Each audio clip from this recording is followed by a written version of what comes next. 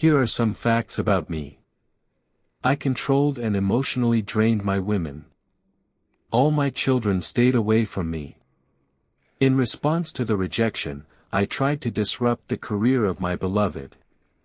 He committed suicide because of me. All facts are truth. I am Pablo Picasso, a Spanish painter and sculptor, widely recognized as one of the most influential artists of the 20th century. I co-founded the Cubist movement and contributed to the development of modern art through my innovative approaches to form, color, and perspective. I am ashamed of some things, and some things almost destroyed me. However, it is an integral part of my life. It proves that famous people have the same problems and life challenges as everyone else. Now all about it in more detail. Section 1. I controlled and emotionally drained my women. I've often been described as a genius, a master of art, a revolutionary in the world of painting. My name is Pablo Picasso, and my work has shaped the very course of modern art. But behind the brushstrokes, the clay, and the chisels, lies a man whose relationships, particularly with women, have been fraught with complications, manipulation, and exploitation. My romantic life, like my art, was often tumultuous and contradictory. I was both the lover and the destroyer, the one who loved deeply and the one who abandoned without remorse. Let me start with Olga Koklova.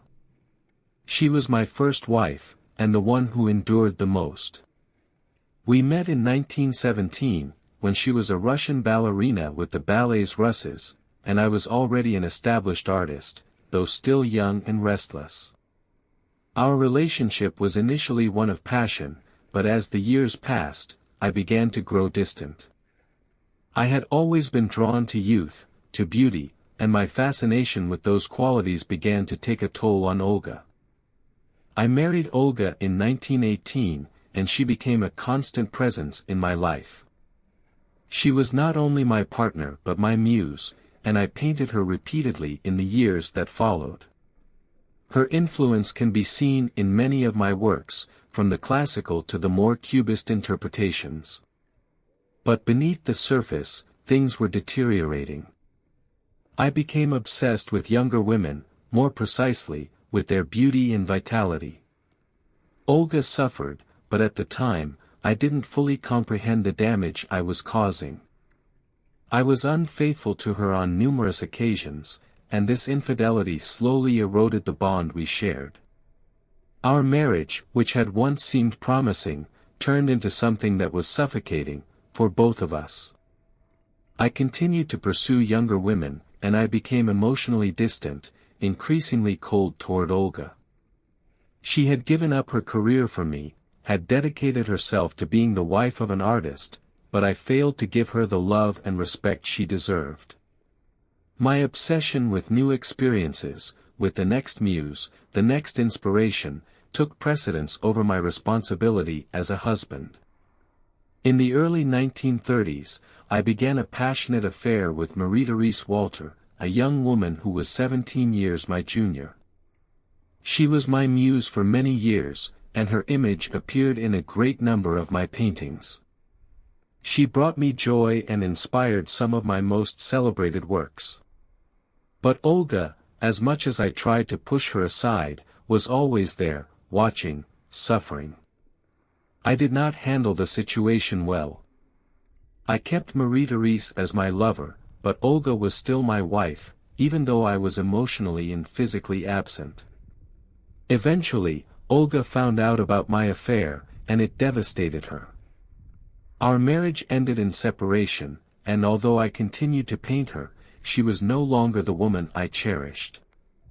She became a shadow, a ghost of the life I had abandoned. Her health deteriorated, and she grew bitter. I could not save her from the devastation I had caused, nor could I offer her the love that she had once given me so freely. But my destructive relationships with women did not stop there. After Olga, I was involved with many other women, each one different, each one a reflection of my own inner turmoil. My relationship with Dora Maar, a French photographer and a member of the Surrealist movement, was particularly intense and complex. Dora came into my life in the late 1930s, at a time when my marriage to Olga was effectively over, though we were still legally bound. Dora was both my lover and a muse, and we spent many years together. Dora was passionate, intelligent, and beautiful, but our relationship was toxic. I was cruel to her, both emotionally and mentally. I manipulated her, using her vulnerability and her devotion to me to fuel my own ego. At the same time, I demanded total devotion and sacrificed her mental well-being for my own personal desires. She became obsessed with me, and I with her. We argued, fought, and I pushed her away whenever I needed space to work, yet I expected her to be there whenever I required her presence. I cannot deny that I was a difficult person to be with. I was selfish, demanding, and often cruel. I expected those who loved me to serve as mere instruments for my art and my desires. I took advantage of their affections, their devotion, and when they no longer served my needs, I abandoned them. I used women, and in doing so, I inflicted deep emotional wounds upon them. These wounds, I later realized, were part of the cost of living for my art, and perhaps part of the price of genius. But that does not excuse the pain I caused. In the late 1940s, after Dora, I entered into a relationship with Françoise Gillet, a painter and one of the few women who managed to break free from my emotional grasp. Françoise was strong, independent, and not afraid to challenge me. We had 2 children together, Claude and Paloma, and she was the one who ultimately left me after nearly 10 years. She could not tolerate my controlling nature any longer, nor could she live with the emotional manipulation that I had subjected her to. It is difficult to reflect on these relationships without feeling a sense of guilt, but I must face the facts. I was often unfaithful, manipulative, and indifferent to the suffering of those who loved me. I used women to fill the emptiness inside me, yet I never stopped to consider the long-lasting effects my behavior had on them. They were not simply muses, they were people with their own desires, their own needs, their own hearts. Yet, I ignored those aspects of them, focusing solely on what I could extract for my own purposes. The legacy of my relationships is one of pain and regret, and it is something I must confront. Some have called me a monster for the way I treated women, and perhaps there is truth in that.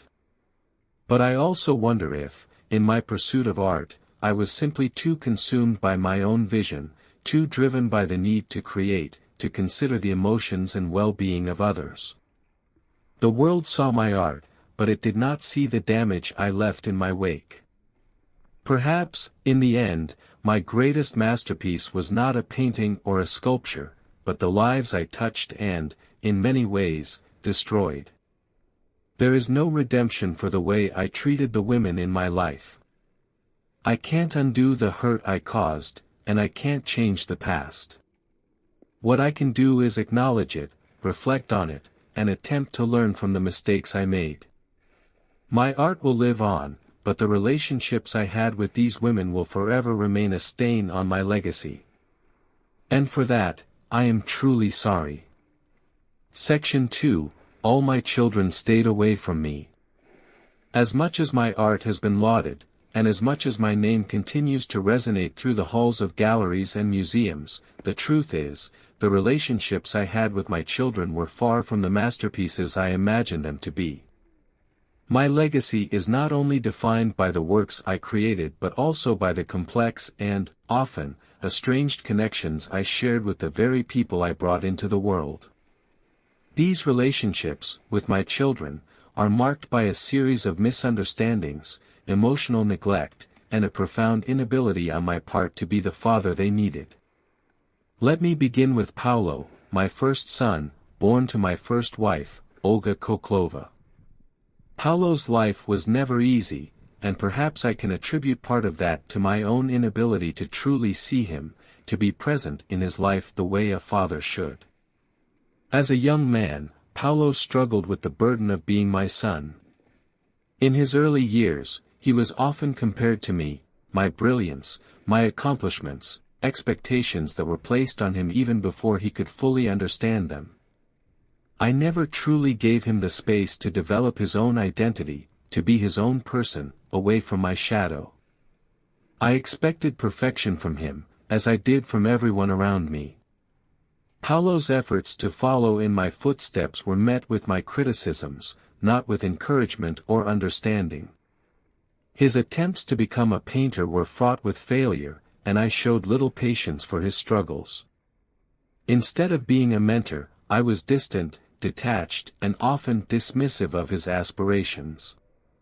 As a result, Paulo's life became a series of disappointments and rebellions.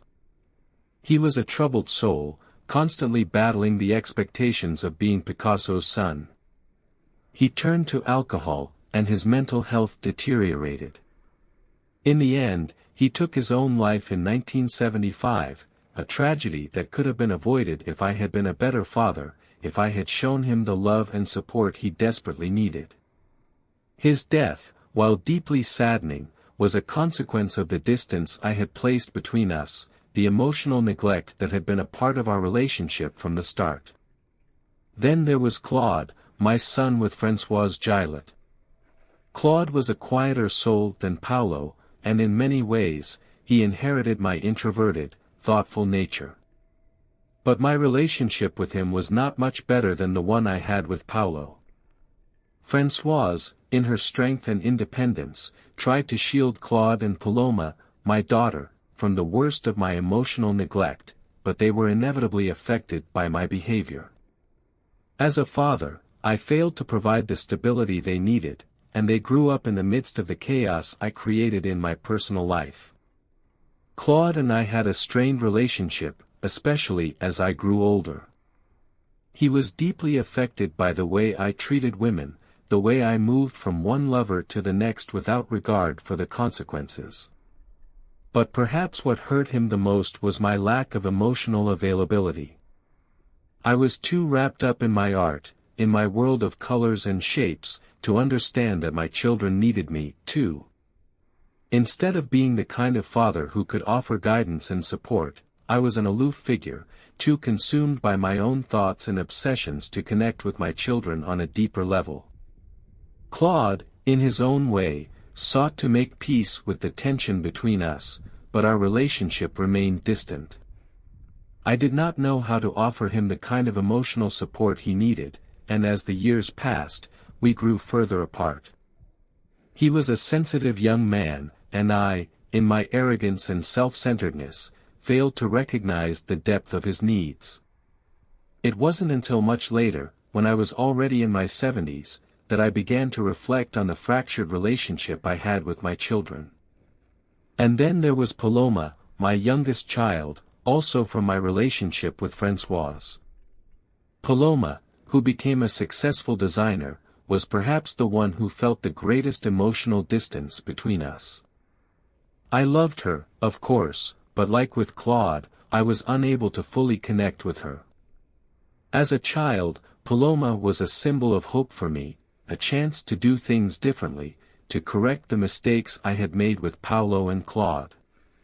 But even with her, I was incapable of giving her the love and attention she deserved. Paloma, unlike Claude, distanced herself from me as she grew older. She witnessed the destruction I wrought in my personal life and could not understand why I treated the people closest to me with such disregard. She, too, eventually sought distance from me. While she achieved success in her own right, she carried the burden of being Picasso's daughter, a shadow that loomed over her. As with Claude, our relationship was marked by a deep sense of emotional absence. I could not be the father I should have been, and in the end, Paloma chose to move on, creating a life far removed from the chaos of my own. Reflecting on these relationships, I cannot deny that I failed my children. They were not just figures in the background of my life, they were living beings, with their own dreams, struggles, and desires. But I was too consumed by my own artistic pursuits, too wrapped up in my own genius, to truly see them as individuals with their own needs. I demanded too much from them without ever giving them the emotional foundation they required. As much as I shaped the world with my art, I failed to shape the world for them. They were my legacy, but they were also casualties of my own ego and selfishness.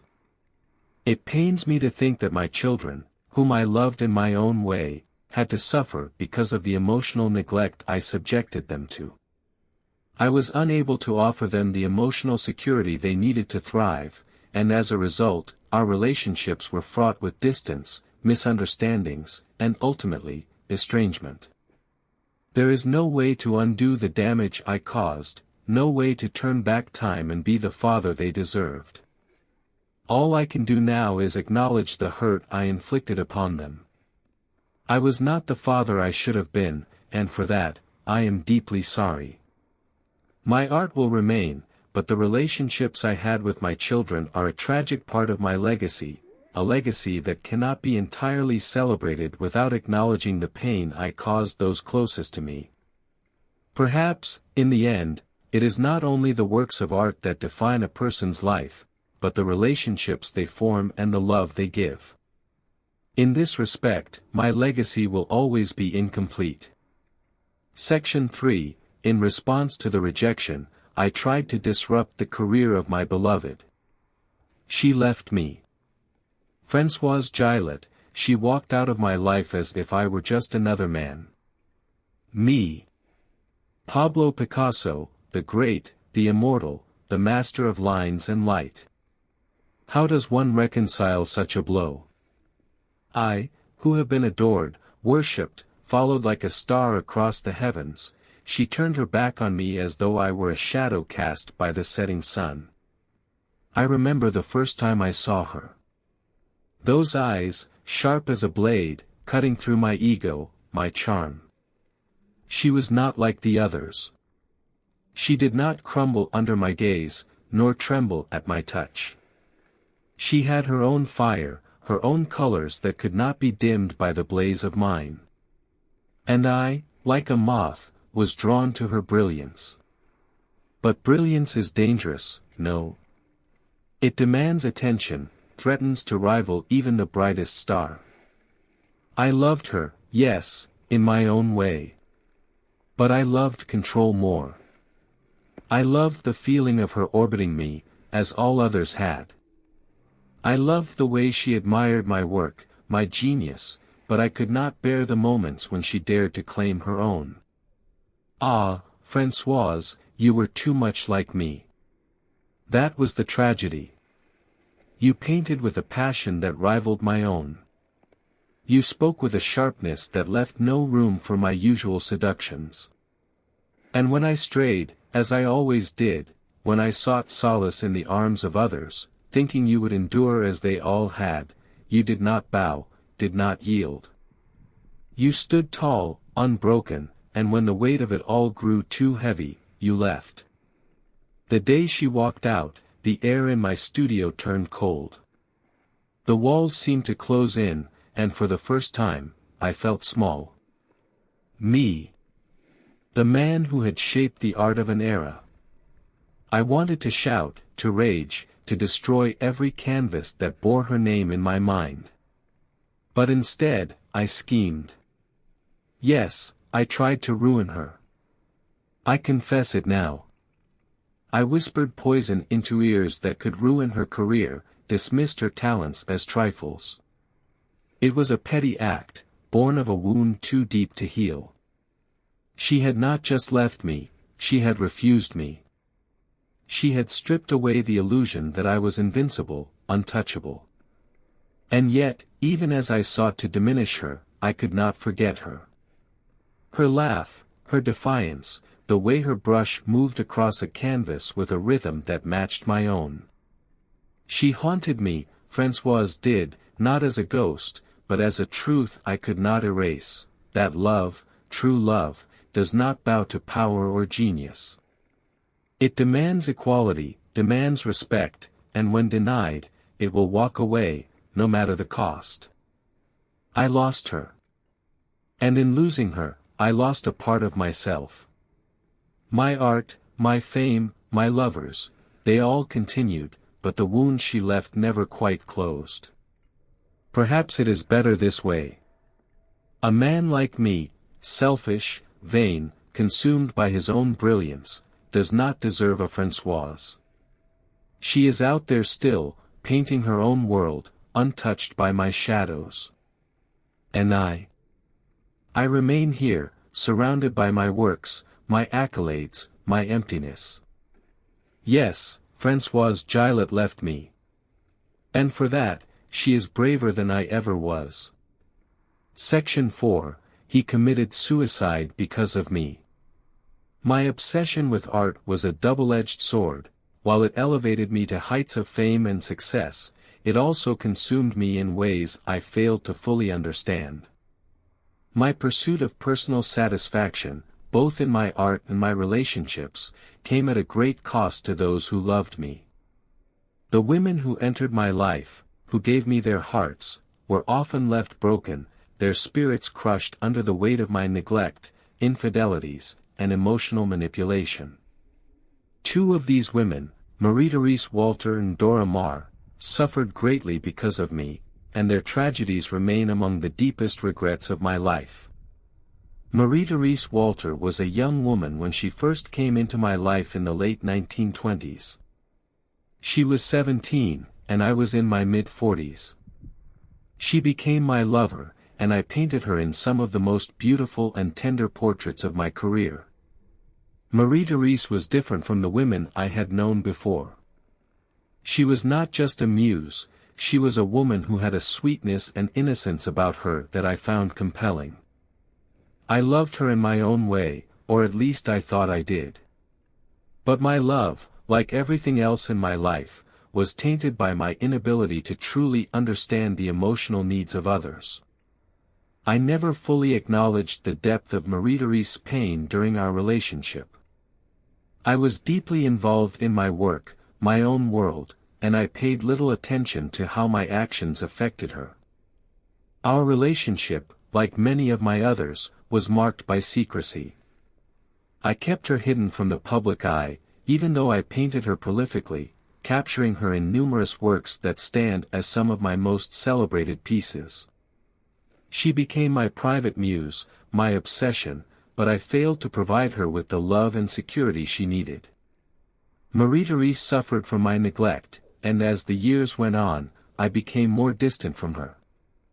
In the early 1930s, I became involved with Dora Maar, a photographer who was also one of my muses. Dora was an incredibly talented woman, but she had a complex, volatile nature, and our relationship was fraught with emotional turmoil. She was deeply affected by my behavior, and our time together was marked by intense emotional highs and lows. While I was with her, I was often distant, preoccupied with my art, and even cruel at times. My infidelities, my egocentric tendencies, and my emotional neglect took a heavy toll on Dora, who was already struggling with her own mental health issues. It was during this relationship that Dora suffered a nervous breakdown. I was unable to offer her the support she needed. Instead, I pushed her further into despair. I saw her breakdown as a reflection of her own weaknesses, not recognizing that I, too, was responsible for much of her suffering.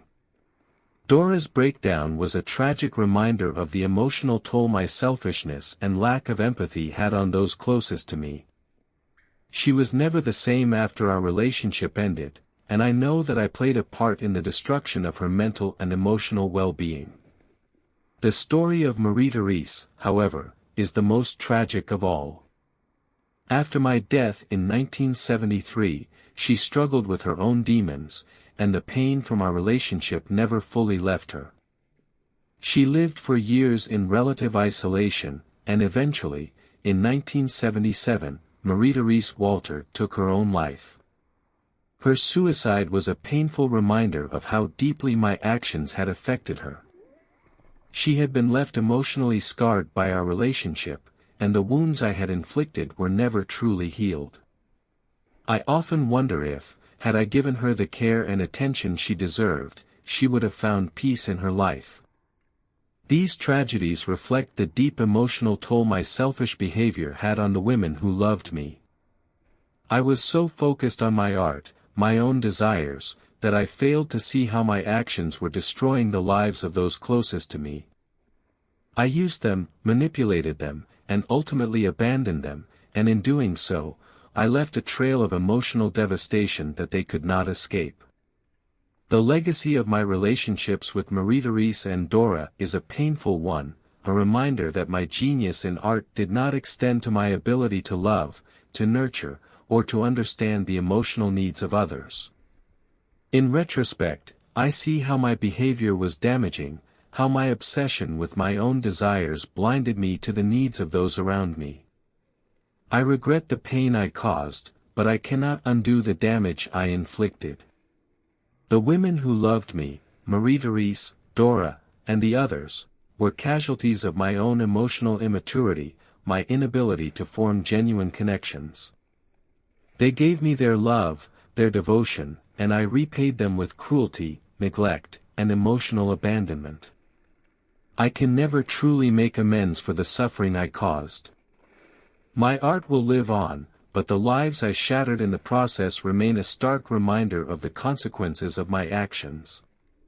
Picasso the artist may be celebrated, but Picasso the man is not someone I can look back on with pride.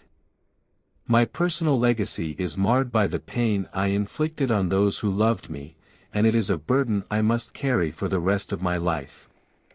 My relationships were not just about love, they were about control, manipulation, and selfishness. I used others to fuel my own sense of self, to feed my ego, and in doing so, I created a path of destruction in the lives of the women who crossed it. I regret not being able to offer them the love and support they deserved. In the end, they were all left to pick up the pieces of their broken hearts, while I continued to pursue my own desires without ever truly considering the cost.